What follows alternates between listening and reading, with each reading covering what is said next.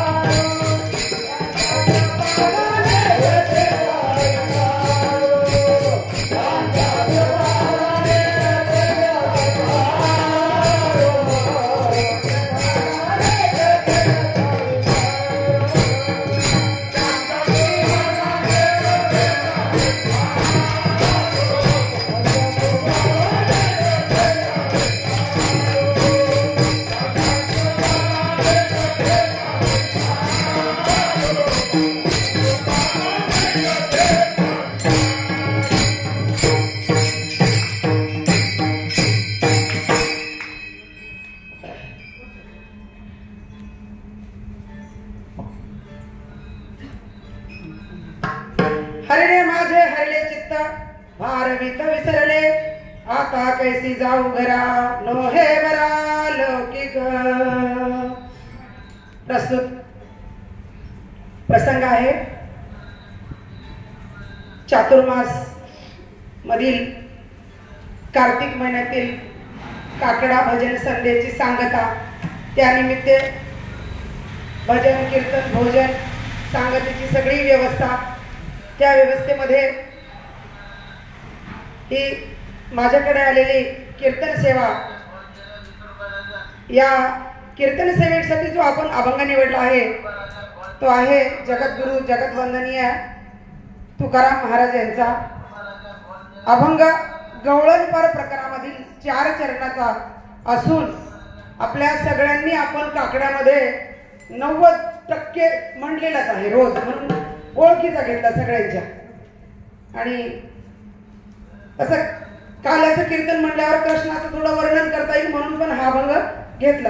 म्हणजे रात्रीच माझ्या डोक्यात आलं, परवाला असं वाटलं की आपण काकडा म्हणल्यावर काकड्याचाच अभंग घेऊ. विठ्ठल रुक्मिणी तुम्ही अखंड आणा ध्यानी, हाच अभंग. आपण नंतर लक्षात आलं की सांगता म्हणजे काला, आणि काला म्हणलं तर कृष्णाचं वर्णन, म्हणून हा अभंग सेवेकरिता निवडलेला आहे. विठ्ठला विठ्ठला.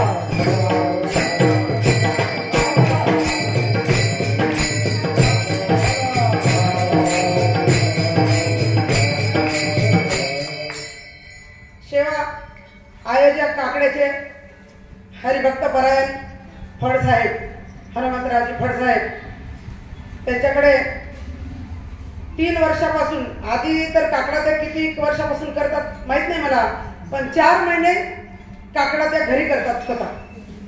तर 3 वर्षापासून आम्ही इथं साथ करत आहोत त्यांना, आणि हे 3रं वर्ष म्हणलं तर तुमचं कीर्तन घेऊ. अशा प्रकारे त्यांच्याकडून मिळालेलं हे आमंत्रण. आणि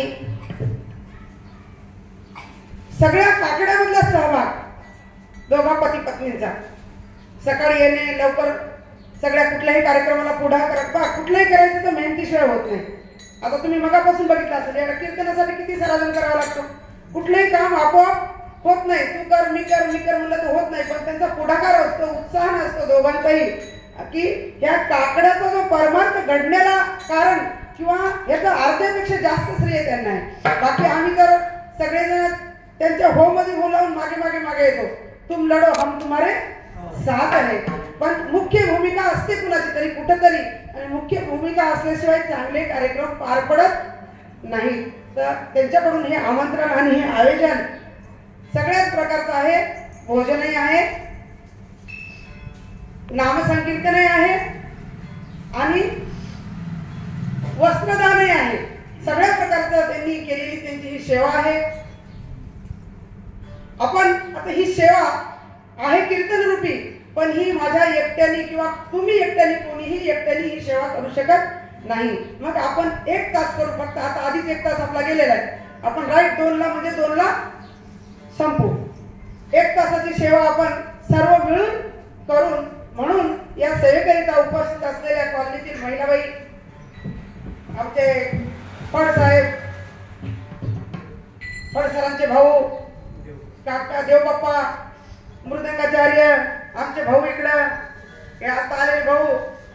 काल बेंडेकर भाऊंचा तर रात्रीच फोन आला, ताई मी येणार आहे. मी म्हणलं तुम्ही आल्याशिवाय होतच नाही, येणार का? यावंच लागेल. तुमच्या इकडं मुंडे साहेब, चाटे साहेब, हे आमचे पतिदेव मृदंगाचार्य, त्यांच्या साथीशिवाय ते कार्यक्रम पार पडणारच नाही. आणि आमचे चिलकर मामा, एकांडी काका, मेकाने काका, आणि आमचे पाहुणे गावाकडून मुद्दाम कार्यक्रमासाठी आलेले काका. रात्री पण भजन केलं, सकाळी काकडा, आणि आता पण ही सेवा. म्हणजे एक गोडवा निर्माण करण्यासाठी असते हे सगळं, रंगदेवता निर्माण करण्यासाठी. सगळेजण आलेच. आता तुम्ही इथं कोणीच नसतं तर कुणाला सांगितलं असतं.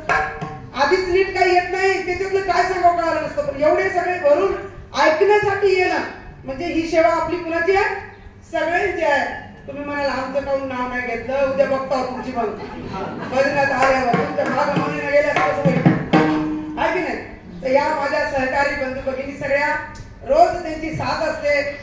आठवण करून फोन करून बोलून घेतात, ताई या, पार पडत नाही सगळ्याशिवाय. म्हणून मस्तक हे पायावरी या वारकरी संतांच्या. तुम्हा सगळ्यांना वंदन करून आपण सेवेला